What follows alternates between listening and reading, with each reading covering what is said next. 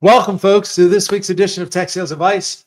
My name, of course, is Chris White, and this is the LinkedIn show, the LinkedIn live show for technical sales professionals and technical sales leaders. And as I like to say, these programs are by design. In fact, these conversations are by design, unscripted, unrehearsed, and unpredictable. And today's guest is actually someone who's been on the show before. In fact, I think the one and only time I had a technical difficulty with the platform was when he first joined us. So hopefully I didn't jinx ourselves and we won't have a technical difficulty today. His name is Rishi Kapoor. He is the head of worldwide partner sales engineering for a company called Alteryx. He manages a team of partner solution experts. As I said, he's been on the show before. He and I have, in fact, had the opportunity to meet in person in a little coffee shop in London. Good gosh, that's already been over 2 years ago, I think. And today we're going to be talking about managing and selling through and with partners. Rishi, so good to see you, my friend. How are you doing? Wow, thank you so much for such a great introduction, Chris. I don't think I'm blushing right now. I don't think anyone has given me such a great introduction. I'm doing great, Chris. Thank you for having me. I'm going to say having me back again. Yeah. Because I feel as if like I'm not a new guest now, so I'm part of your seasons and episodes. So it's great to be back. 100%. I mean, yeah, you're a local. You know, you're a familiar face. Well, and come on, you're a familiar face to pre-sales. I mean, I feel like every time I turn around, I'm seeing you speak on some panel or in some involvement. And by the way, I know the PSC actually has something going on right now. So hopefully, Rishi, we'll have a few people who decided, or for whatever reason, they're not catching the PSC. I think it's called the Leadership Next thing. So I don't think we knew that was going on. Otherwise, we may not have scheduled this. Nonetheless, here we are. We're gonna chat about the channel, working through the channel. And actually, I've got a front row seat on this conversation, because I must admit, when I was in the field, I did not spend a lot of time. I worked through partners a little bit. I sold to the federal government, and we worked with some companies like Lockheed Martin and Raytheon, but I didn't do a lot of work through the channel. So I'm eager to get your perspective. So Rishi, why don't we start by maybe just giving a slightly broader introduction of your role, and how did you find yourself in this position managing partner sales and the sales engineer team? Yeah, and first of all, Chris, I have to call out. I can see that there's an image of your book behind you. Yes. Every sales engineer within the worldwide SE org within Alteryx has a copy of your book. Every time I have a new hire, they get a copy of your book as well. So I've learned most of my initial principles from your book. I kind of call you the godfather of pre-sales, so thank you for that. But yeah, let me give a quick overview of the team. So I've been at Alteryx for far too long, but always been in pre-sales. And I think we formed this partner solutions or partner sales engineering team 2 to 3 years. So believe it or not, the role was fairly new to us in Alteryx. So, you have an AE, you have an SE, but suddenly we're throwing in the partner sales engineer role. Yeah. And first of all, everyone thought all the partner SE does is provide enablement to partners. And this has been a big bugbear of mine. And, it's a constant effort to explain the roles and responsibilities of the PSE. And, we've got to a point at Alteryx now where key stakeholders such as sales leaders, theater leaders, partners themselves, they actually do understand what a partner sales engineer does. So whilst we have this conversation today, I'll be throwing in nuggets in terms of, what the PSE does, where we're adding value, how we're the intermediate between the core account team and the partner. And coming back to my team kind of supports every partner motion that we have at Alteryx between our channel and alliances network. So we're talking about partners who want to co-sell with us, resellers, large GSIs, regional partners, we're going to be talking about tech alliances, I'm sure, as well. So my team supports our tech partnerships, ISV embed and OEM. We're introducing some new partnering models as well. So literally, we are that horizontal that supports channel and alliances and the sales teams in a way, with and through our partners. So yeah. It's an incredibly complex and dynamic role, given how you've just explained it there. And something that I want to make sure I understand is, so and by the way, you use the term PSC. So when you say PSC, you're talking about the partner solution consultant, not the pre-sales collective. So just want to make sure we're getting aligned. Yes. We're getting aligned on terminology here. So, yeah, indeed. And did I hear you correctly that your PSCs, your partner sales consultants, they don't necessarily have a direct account executive that they're working with. They're usually brought in by either an SE and or an account executive. So in many cases, there's at least 3 parties involved, say, in an opportunity or an engagement. Did I hear that right? Yeah, that's correct. So the partner sales engineer is kind of like aligned to a partner alliance manager. So when we're working with let's just say, I would call them implementation partners or our resellers, then they'll be supporting a partner alliance manager. When we're thinking about distribution partners, then you may have a channel alliance manager and a partner alliance manager in the mix as well. But then the role is fairly complex because, like you said, it's like a matrix structure. Not only is this type of sales engineer supporting the partner, but also the PAM and the core account team a number of times as well. So, there's situations where my team also has to work with the account sales engineer and the account AE also. Yeah. So it can be fairly complex, and I might sound a bit biased, but the role profile of a partner sales engineer is a lot higher than, I'm going to say something controversial. I feel it's a lot higher than a normal SE, a normal sales engineer, because not only do you need to have experience of how to sell, how to understand your accounts and clients and customers, but it's how to work with the partner. What's going to motivate the partner? What are the partner priorities? It's not just a simple skill set as a direct SE would have, in my opinion. And I know that's quite controversial, like with the folk out there as well, but that's what I think. That's well, and to be fair, I mean, that's my experience as well, Rishi. My limited experience in a partner role. When I was in the field, there were times when I was invited in to do a demonstration, say for a potential partner like a Booz Allen, for example.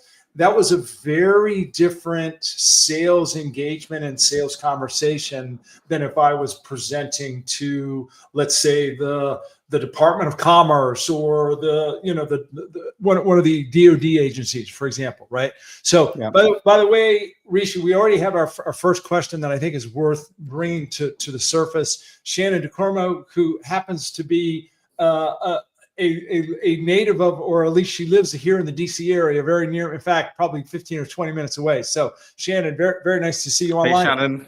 And by the way, folks, if there's anybody else out there who has a question, please feel free to ask. Shannon asked a great one. We're at a point now where the partner team wants a dedicated SE. Curious to see how you scaled from sharing pre-sales SEs to a dedicated resource. Really insightful and I think timely question.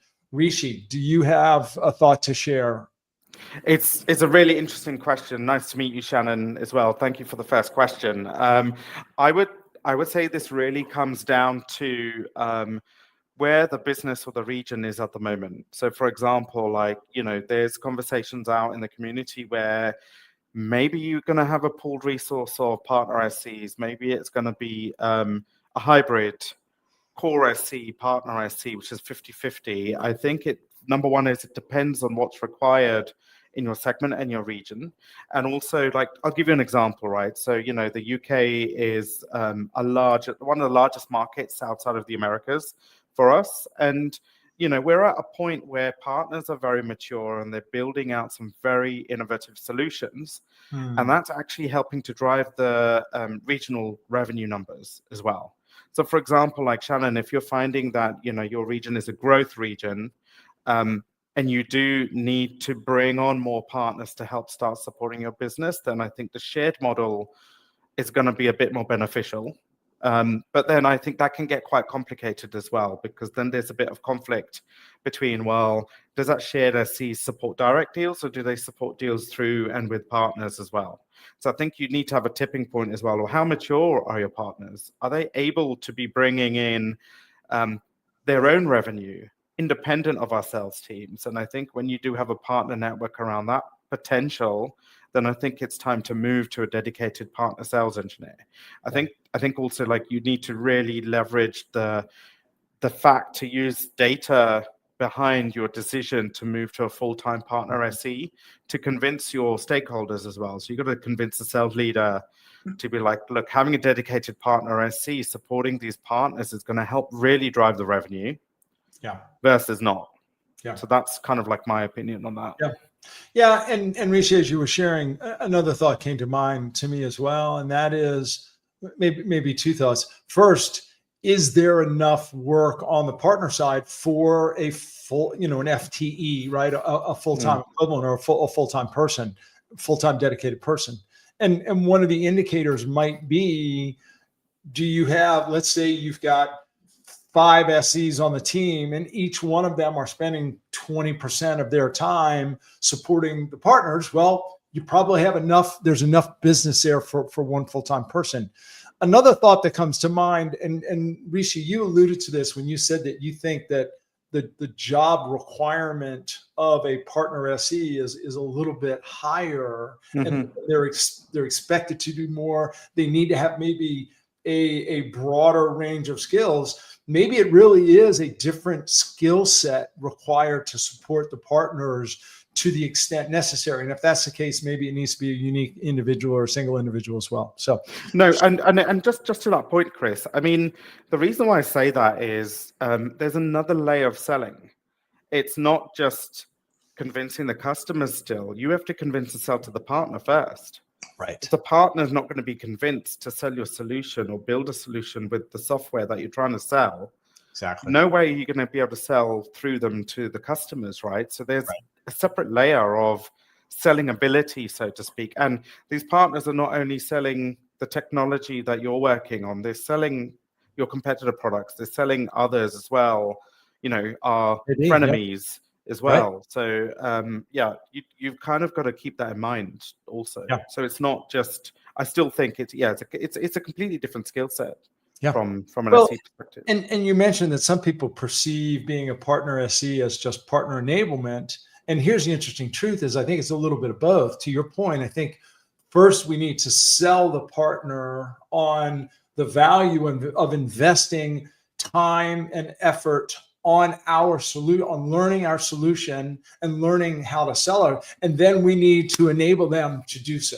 right? So it really is at the minimum sort of a two-stage process. So in any event. Yeah, totally. And I think like there's a growing expectation of sales leadership within our companies where we have a partner network. We should be able to scale through the partners, and partners are expected to be bringing in 10x, 20x, whatever, 50% more revenue. So yeah, definitely, I think there's a definite muscle from the partner pre-sales team as well to make that happen. Really. Yeah. So, and Shannon, thank you for the question. Folks, if there's anybody else out there who cares to, first of all, say hello, please feel to say hello. We don't see who's out there. And if you do have any questions, please feel free to ask. You use the word frenemies. And one of the things that you and I were talking is that even the partners themselves, sometimes they're friends, sometimes they're enemies, sometimes they're frenemies. So let's pick this apart a little bit. Let's start with this idea that, sometimes we're working with them. Sometimes we're competing against them. Can't paint that picture for us. I can take this multiple angles, and I am going to, because it's probably going to get quite interesting. So I use the term frenemy with the type of partnerships that we have today around, let's just say, technology partners, for example. And then there's that term frenemy where you're working with a partner and that partner's working with other tools, and then, it can get a bit contentious. There's a third definition behind this, and I saw Dimitri had written some comments yesterday as well, which is getting quite interesting. A discussion with Dimitri and I is where we feel that the partner is actually competing with our direct sales teams as well. So like let's go through each one of those three when we think about frenemies. And I think, like, first of all, there's a commonality across all three different types. One thing is really I try and coach and position our teams to think about what is motivating that frenemy. What really motivates them? What's really going to be a priority for them? What are they going to get out of this partnership? So let's think about that what's for a in it for minute, them? right? Like, what's in it for them? Yeah. And then it's like it's interesting. So it's like typical negotiation type conversation was like, okay, let's sit down. What's in it for you? What's your priority? Now, I will tell you what's in it for me as well, right? Let's just get that all clear. Now, let's try and work in a complementing fashion. So, for example, with our technology partners, it's like, well, great, you can do everything we can do, but actually it's going to be in the benefit for the client and customer that let's work together in a complementary way. So, for example, at Alteryx, Alteryx is much more akin to the business analysts, and one of our tech partners might be more towards the IT user. But we can actually work what I call like in a power of three, or power of two, is like, okay, let's work together and position ourselves in a complementary fashion. Now, when we talk about partners who are working with other software vendors, for example, we have to acknowledge the fact that they are going to do that. We cannot force them to sell the software that we are selling, because what's really going to happen is they're going to go the other way. They're going to move more towards our competitors. So again, it's acknowledging the fact that, yes, you are motivated to sell with these other 5 software companies, but let's just focus on the strength of ours. Yeah. They've got their own part of the business. We appreciate that. We focus on ours. And then the other one is the frenemy with our direct sales team. So for the last couple of years, we've spent a lot of time internally explaining and convincing to the AEs of the benefit of working with a partner, or in fact, I say partners, on their accounts. And there are benefits of having multiple partners on the same account. Once upon a time, like you mentioned, back in the day, a salesperson would not even think about getting a partner involved. They'd be like, you know what, they're going to elongate the sales cycle. They don't know how to qualify and do discovery. They don't know how to demo. We're just going to get involved. We'll work directly with the customer. And we've worked through various scenarios and iterations internally as well. At times, you didn't have comp neutrality. There was extreme conflict. Customers were getting spoken to and sold to directly by the sellers. The partners like, what are you guys doing? I'm incumbent on this account. Your seller's just gone and cut me out, So I think introducing incentives is important for the partner. So what we've got at Alteryx is we have various margins for different types of activities. If the partner brings in a C-suite into the account, they will get a larger percentage. If they just bring in a lead, they'll get a smaller amount. So there's those variations within our partner program, but also we've got near enough comp neutrality for our sales teams. Right. So, we're kind of overcoming those barriers. And I think when I speak to professionals out there in the market, they're like, how come you're doing so well with your channel? And we've had ups and downs. It hasn't been rosy all the time, but I think it's through the experiences, we're trying to get through it, and it's getting better out there as well. Yeah. Something you said, and by the way, Jose Selman, I hope I'm saying that correctly, has asked a question. We'll address the question in a moment. Before we get there, I think it gets back to what you were first saying about what's in it for me. And I think it's aligning objectives, because I recall, again, it's been quite a long time since I was in the field, but I recall when I was in the field, we would go out and in essence pitch to a consulting organization. And I think the idea or the hope was, if we convince them of our solution when they're selling a program or a project, and I work mostly with the federal government here in the United States, when they sell a program or a project, they will bring our software in and use it on that project or on that program. But We know why we want them to do so. That's very clear and obvious. The question is why might they want to do so, right? That's the challenge, is making sure that their objective, their motivation is aligned with our motivation. If we can find that, then that makes for a perfect partnership. If we can't find or get aligned on the objectives and the motivation, they have no reason to just be, quote, pushing our software, right? Because No, of course not. they have their own business to run. They have their own deals to close. They have their own agenda. And so I think, and I think one of the mistakes that a lot of partner sellers make is that they assume that this partner is going to push my agenda or adopt my agenda. Not if it's not aligned with their agenda, not if it's not aligned with their objective. So when you hear that idea, Rishi, what is that? What chord does that strike for you?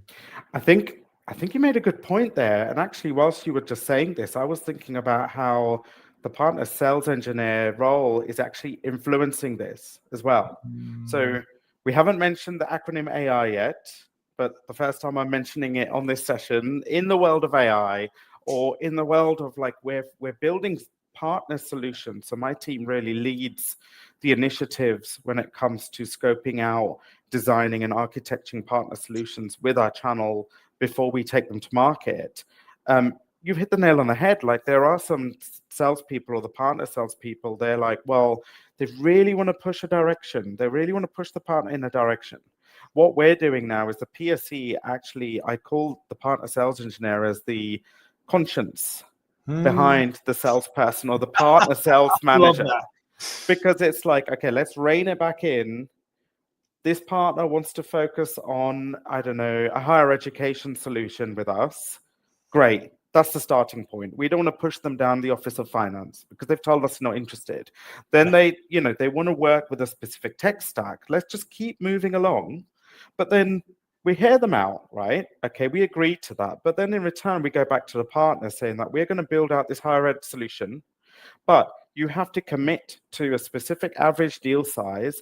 And we want to be, for this solution to go live, we would need at least like 10 deals to start off with. So you need to introduce us into 5 to 10 accounts, average deal size, because the partner has realized that we've heard them out, we've agreed to what they want to do and their motivations. The chances are of them not agreeing with us are going to be very slim, because they're going to understand as well that, yeah, look, they've heard us out. We need to start helping them out as well. This is motivating them. Average deal size, number of new business logos, for example, or expansion opportunities. That's what's driving us in sales. Yeah. And, our partners are motivated on bringing in partner source revenue as well. So I've had a couple of conversations within our communities like, okay, how are your partners really impacting your business? Yeah. So, what I've seen this year is many of our partners within the channel community are driving deal registrations now on their own. Like, they're feeling empowered to bring in that partner source revenue also. And I kind of want to tie in Jose's question as well. So Jose's question is around, how do we measure SE success and their individual contributions? I actually set up thought leadership objectives with my team this year. And essentially, once upon a time, sales engineers weren't driving pipeline or influencing revenue. All we were doing is just, following the lead of the AE, helping close the deals and doing a couple of demos and running some working sessions. But now my team have objectives around thought leadership when it comes to building partner solutions. Love that. And then we measure how much pipeline those solutions are bringing in, and then how much revenue is closing as a result of those solutions. Yeah. So that's some of the KPIs that I measure at the moment. And based on them passing those thought leadership objectives, then they get an accelerator. And it's great because, it all comes down to the comp plans, and SEs are also motivated by their comp plans. And I know that there was another question on LinkedIn. I think it might have been Clifford asked a question around, how do we build out effective comp plans for the partner sales engineer to help drive the revenue? Yeah. And I think this is one aspect. I'm seeing an increase in the partner sales engineer building out solutions with the partners The other aspect is measurements around pipeline generation and closed revenue with the partners, but also it's a sort of balance around, well, how is that partner SE supporting the sales teams, or, how many white spaces is the partner actually helping out with the influence of the PSE within the account teams as well. So we measure that also. Yeah. So there's a number of measurements we can make, from that perspective. But I think now where, the role is becoming much more evident, as opposed to just a basic assumption that the PSE is going to be incentivized in the same way as a normal direct selling sales engineer. Yeah. Well, and one of the first things you mentioned is the different, if I can use the term, categories of partners that you work with. You may have the technical alliances. You may be working with what some people think of the true channel sellers that literally just, quote, sell boxes. And then there's maybe the VARs, right? Or those consulting type professional services organizations that sell both software and services and are probably more in the business of selling projects and consulting engagements rather than just selling boxes. I would think that the KPIs would be different depending on which category of partner we're talking about. Is that a fair assumption, Rishi? Yeah, I would say that's a fair assumption as well. Like, for example, simple one with our VARs, there's going to be a KPI in terms of how much deals that partner's bringing themselves independent of our internal sales teams. There's going to be that expectation from a resale partner. Then with the tech partnerships as well, what element of co-selling are we doing? How much revenue is actually coming from co-selling a jointly built solution with that tech partner? And I'll be really honest, that's been a very hard metric for us. And I think other solution providers, software providers out there as well. And how we navigate around that is actually working with a VAR or implementation partner. Because that tech partner's like, actually, we have a couple of these other partners in common. Let's do a power of three. Let's work with that partner in the middle. They're also accountable to position the solution that we've built out with the tech alliance as well. Yeah. It's very rare nowadays. I found that I can actually go to our tech alliance, another software vendor, and say, hey, you know what? Let's go to market together in the same account. Like, yeah, of course it happens, but that tech vendor has their own priorities and motivations. They're like, you know what? Our sales reps are going to position our technology first. No matter how much you go to them and say, hey, you know what? Position ourselves with you guys. They're just going to sell their own tool as a first off, right? They're not going to think about selling my tool, but we can do this together with a delivery partner. We're like, okay, Mr. or Mr. Delivery Partner, you're involved with both of us, and you know the account very well. They have these technologies as a tech stack. Let's go and do this together. So then there's more revenue for them as well from that perspective. Yeah. You mentioned co-selling, and it's interesting. This conversation is actually very timely. I don't even know if I mentioned this to you. Last week, I was in Miami at the Siemens America's Partner Conference. And I actually ran 5 workshops for their partner, what they called their partner SEs. And what I discovered is that the attendees of my sessions, some were SEs or pre-sales that worked for the partner companies, the way you and I would think of it. Some of them were just engineers. Some of them were more implementation people. Some of them were more on the customer side. So sort of all over the map. And I had the opportunity to actually have dinner with the quote tech and the partner tech enablement team from Siemens later that night. And they were explaining to me that their role is predominantly partner enablement, tech partner enablement, but that sometimes they're actually called in to do demos on behalf of the I guess the partner, particularly if it gets overly complex. My long-winded question for you is, how often are your SEs actually being brought in to present to and demonstrate to the end customer on behalf of that relationship with the partner? Or do your partners do all the work themselves, and your SEs don't get involved in any of the direct opportunities through that partner?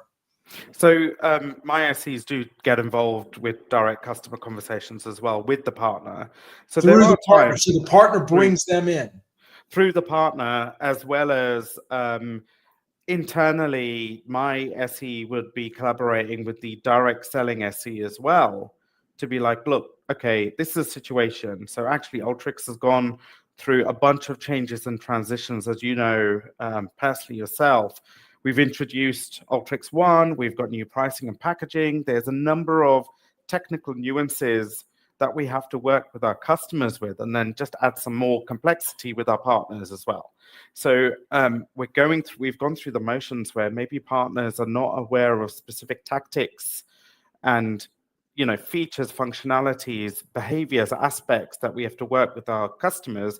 So the partner SE does work with the partner to support the client. And the same way the partner SE works with the direct selling SE to support the partner and the client. But ultimately, it's about, shadowing and reverse shadowing the partners as well. So we've got quite a good relationship with our mature partners. We're like, look, hey, my SE is going to be leading this conversation with the customer. You stay on the call, have a look, learn, and then we'll reverse shadow you guys as well. So then the partner will invite us to the conversation with the customer. Gotcha. Once we've gone through a few of those rigors, then the partner's actually confident to have those conversations. So we've gone through those motions in the last couple of months as well. The partners have been quite honest. They're like, look, everything is changing. It's pretty chaotic when we're rolling out a bunch of these major changes. And we're like, yeah, trust me, I know. We'll support you in this way. And the partners really appreciated it, because also we're not completely taking over from the partner. Like, I know some organizations might be like, okay, partner, you're off the deal or the conversation, the account. You can't actually run this health check. We haven't got any confidence in you. It goes all the way downhill. The SE will deal with it. AE gets involved. The renewals team will start sending out quotes directly. It can just kick off. Yeah. But instead, it comes down to that mutual appreciation and motivation. We're like, okay, cool, Mr. Partner. Like, we understand that there's a gap here, so we'll help you out. We're not going to help you out in every conversation. This is our best practice, and you have to incorporate this within yours. Yeah. And then it's up to you guys. But this is again quite critical in terms of the partner SE has to know how to sell directly to the customer as well if we get into this situation, right? Yeah. Yeah. So it's quite interesting. Like, I'm speaking on behalf of my team, but I think every day is very different for them, especially when a software company is going through a number of dramatic changes as well themselves. Yeah. So yeah. One of the things that I'm hearing crystal clear is that one of the more important skills of and maybe elements of success of a partner SE is the ability to look for and understand the motivation in the room and the motivation of all the players, and understand, well, where are they coming from? What's in it for them? What is their angle? And to the best of their ability, communicate the value of the solution in the context of what's in it for them and their specific agenda, etc. That, to me, because it's constantly, my guess is, depending on the meeting and depending on who's involved, that's constantly changing. Is that a fair read? Yeah, totally. I would agree with you. That's constantly changing. But then I like to say the PSC has to have that emotional intelligence to figure that out. And sometimes they have to do it on the call itself or in the meeting itself, So, sometimes the partner SE may be one of the quieter people in the room, because they first of all just listen to the customer, listen to the partner, and then when they start contributing and they've got that view, you've got a partner who's interested in just providing services. Like for example, if they're selling a self-service analytics tool, partner is going to be like, well, I don't have to sell such a big deal. Just sell a small deal, and I'm going to sell a bunch of my services, and I'm great. I'm loving this. But the PSC has a balance to be like, okay, yes, you can do that, but number one, that's probably not going to be the best in terms of the customer's interest, the client's interest. That's also going against our company priorities. The PSC is also thinking about the motivations for the alliance manager and the salesperson. So again, the alliance manager is thinking about that partner has to hit their quota because I'm not going to hit my quota. The PSC is also like, okay, we need to sell a large enough deal to this customer because that AE is going to be kicking off. Yeah.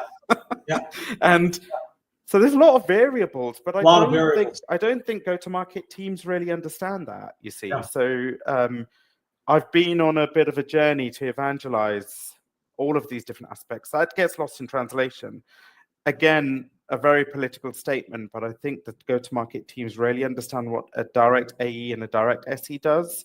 There's still a lot of nuances within the other roles, especially within channel alliances. Yeah. Another question that came to mind, and part of it is what you were saying. You mentioned something about the term that came to mind for me was chemistry and alignment.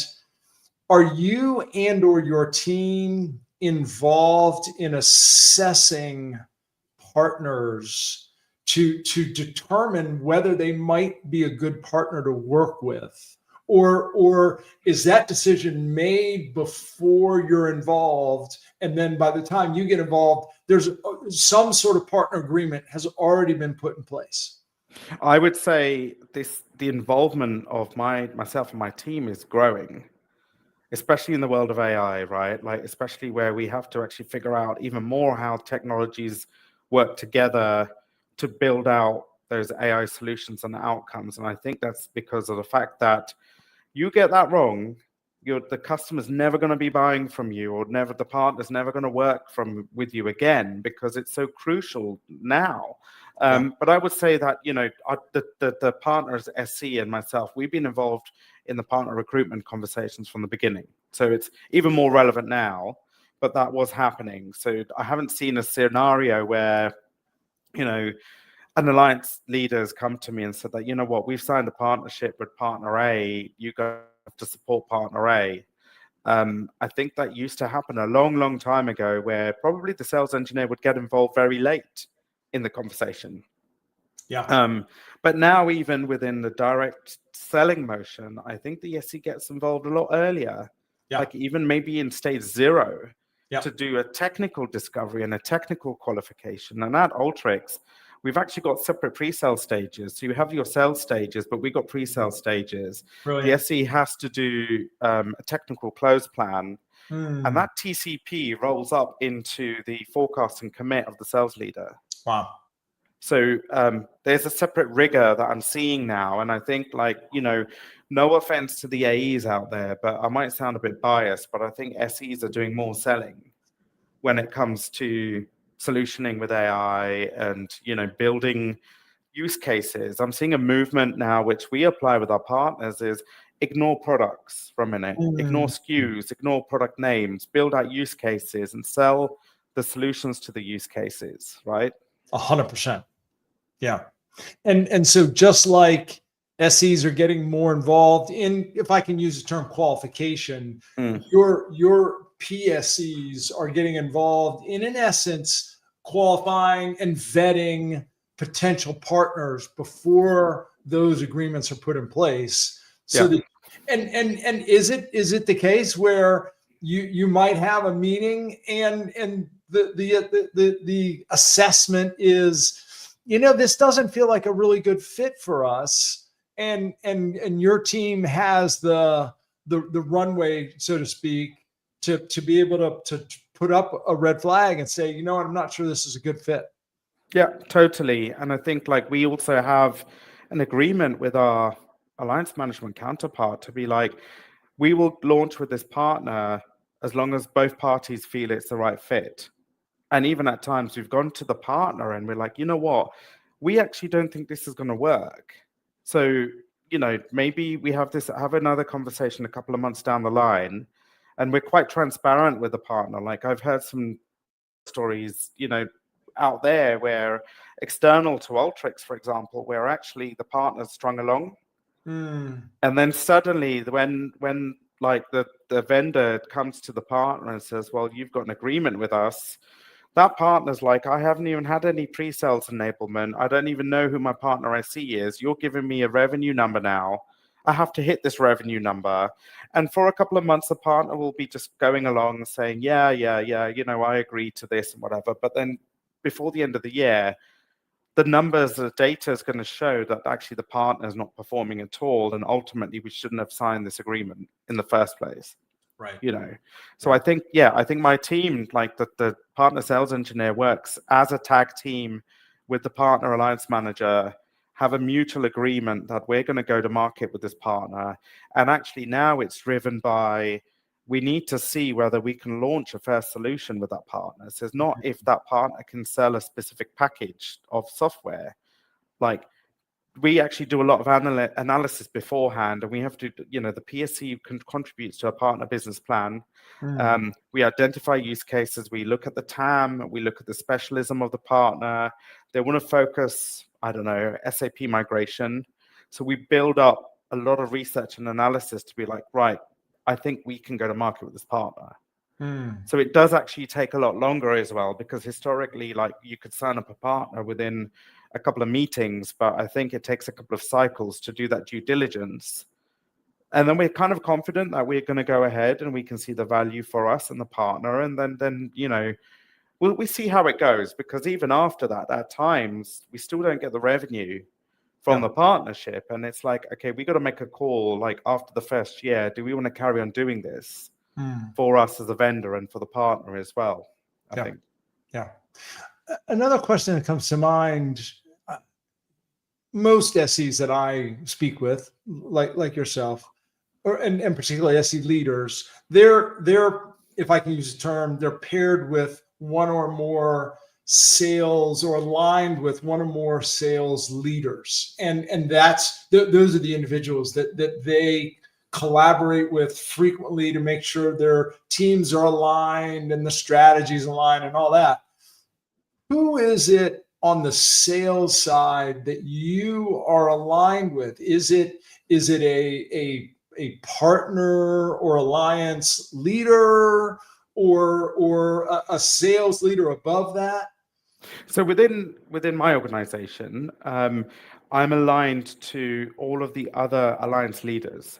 So Alliance leaders. Okay. So we have, in a way, so I'm directly aligned to them, but indirectly, I'm also aligned to the theater leaders. So a combination of myself and, let's just say, the alliance leader in international, we're joined at the hip. So we're aligned together. Now, our priorities should be the international theater leaders' priorities as well. Okay. So we go to that international, like the head of international sales, to be like, look, we've got the same go-to-market priorities. Ultimately, the first priority is us supporting you guys and your numbers. Kind of at the same time, then the second priority is bringing in the additional revenue through partners as well. But the baseline is, we have to help you hit your number, Mr. Sales Leader. Got it. That's the first way the partners can help. So, I'm aligned to multiple alliance leaders within the company because we've got a number of partnerships. But then my team is actually a fairly lean team. So there's only 12 of us managing all of alliances globally. So, let's just say one partner sales engineer is probably mapped to, in the Americas, more than 9 alliance managers that rolls up to one alliance leader. And right now we're being told to do more with the resource we have. I have some PSCs who are going across a number of alliances. And then in that scenario, I have to be like, hang on a minute, for them to be actually strategic, even one bit, we are going to have to prioritize heavy. So unfortunately, we can't focus on supporting all partners in the Americas. We're going to have to focus on the ones who have potential to bring in the most amount of revenue, or who's going to be willing to build more go-to-market propositions that align with our priorities. And then we're coming up with, self-service tools as well. So, my PSC is actually becoming very innovative to actually scale their own services. So I was talking to my partner sales engineer in America, and she actually started to leverage AI, and the PSCs are building GPTs that they can scale themselves. And actually, this specific PSC was telling me that her name's Kat. I've just given her a shout out on live, and she said, I need to figure out how I can have 10 cats. Wow. So they're actually trying to think about this themselves instead of coming to me and saying, you know what, I've got this problem. Yeah. How can I get 10 more cats to help support all of the partners in LATAM and Americas as well? So I think sales engineers are being very innovative because they understand the challenges that us leaders have from a resourcing and a productivity perspective as well. Like, we can't just go and ask our leadership for more headcount. Yeah. Many organizations' headcount's probably going to be flat next year. Yeah. So, yeah. Yeah. It's like each one of your people are, in essence, running their own mini business, right? Yeah. Responsible for supporting the alliances within their whatever that patch happens to be. And just out of curiosity, I know we're getting short on time here. So just quickly, how are your teams structured? Are they organized by region? Are they organized by partner type, like technical alliances or VARs, et cetera? Mm-hmm. So I have individuals in my team who are directly supporting technical alliances. Okay. So they're kind of like, they have to be focused to those specific tech alliances, but then, based on region. So for example, in the Americas, it's a little bit easier. Well, it's not easier because I only have one or two partner sales engineers supporting large regions and businesses. So for example, I have one PSC who supports our co-sellers, resellers, public sector, and distribution. And that's just one partner sales engineer. And they're probably going to be mapped to more than 9 alliance managers. Outside of the Americas, you've got a number of nuances, right? You've got language, you've got different markets, different selling styles. You kind of need an individual partner SE in France and in Asia and in the Middle East and Africa. So it's very difficult for me to have just 1 or 2 individuals covering the whole of the international market. It's not going to really work. Like, you try and do business in Japan in English as a partner sales engineer based in the UK, that's never going to fly. Yep. So, I think there's specific nuances in the Americas and in international, and it's my job to keep on justifying their presence to leadership and continue to help them understand what the teams do. Because, I could easily go back and continually moan to my leadership that I've only got 2 partner SEs in the Americas, and they're going to be like, you know what, you're not going to get any headcount. You have to deal with this puzzle. Right. So that's why I actually tend to feel that I'm a bit of an evangelist for my team within the company as well, because I have to really prove out their presence. And actually this year, the numbers are showing it now. It's a lot easier for me to go back and say, you know what, I might need another cat, but this is why I need another cat, right? Like, or we're going to have to reprioritize what cat does. These are the reasons. I've got the data for it. So, I mean, like, I would love to hear what the community out there has to say about the partner sales engineer. I don't think we talk about that role often enough. So this is one of the reasons why I had an initial conversation with you today. And then, coming back to channel, friends, enemies, frenemies, people don't really talk about the enemies or frenemies conversation. Maybe they're a little bit scared to have that conversation, but I think there's ways to work with our frenemies from a win-win perspective, right? Yeah. Rishi, I couldn't agree with you more, and that's why I'm so glad we had this conversation. And my key takeaway is just what you said. And frankly, I think it seems obvious to us that people that are in a direct selling role is a very different, or it's a very different set of responsibilities and if I can say selling motions than people in a partner selling role. Why would we think any different of the sales engineer in the partner selling role versus the direct selling role. But I think you're right. I think we tend to think of the roles as very similar when in fact I think they're not. And this conversation has certainly shined a light on that truth. I think I told you before we started, I literally have a workshop to run for a client at 1 o'clock. So I need just a few minutes to shift gears and get ready for that. Rishi, it's been so great to have you back on the show. And Thank you so much. I think we need to have maybe early next year in Q1, maybe we'll even have a panel discussion, and we'll invite you back and maybe one or two other partner sales engineer leaders to talk about the dynamics of this role, because I'm becoming more and more convinced that this is a very unique responsibility, a very unique role that does not get enough attention. So no, Rishi, I totally agree. Any closing thoughts from you, sir, as we wrap things up? I love the fact that we're already thinking about our future project. So consider I'm involved in that by default. And thank you so much for having me here today. I think you've hit a couple of nails on the head. Come with the different role of a partner sales engineer. I think we have to also consider how that PSE is recognized and incentivized as well. So there's a number of considerations we have to think about as well. Like, so the audience have asked some questions around KPIs and metrics. We've been talking about actually what goes into the mind of a PSE within a partner or customer meeting. And hopefully I've kind of like opened that up to the world out there as well today, because I don't think everyone really gets it or understands it. So I'm more than happy to continue the conversation offline.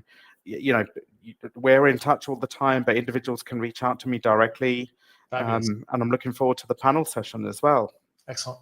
I think another interesting part of that conversation might be how to hire for a role, or Yep. what unique things you look for in hiring for the role, or for those making the transition from a direct sales engineer to a partner sales engineer. What are some of the skills that need to be developed? So, Rishi, thank you so much, sir. Appreciate you being here. Folks, for those of you who hung around, thank you so much. Or if you caught the recording, of course, you can always go to techsalesmastery.com to learn more about the training work that we do. I invite you to follow Rishi on LinkedIn, connect and follow with Rishi on LinkedIn. Until next week, we'll see you next time. Rishi, thank you, Chris. Thank you, everyone. Cheers all. Bye-bye. Cheers.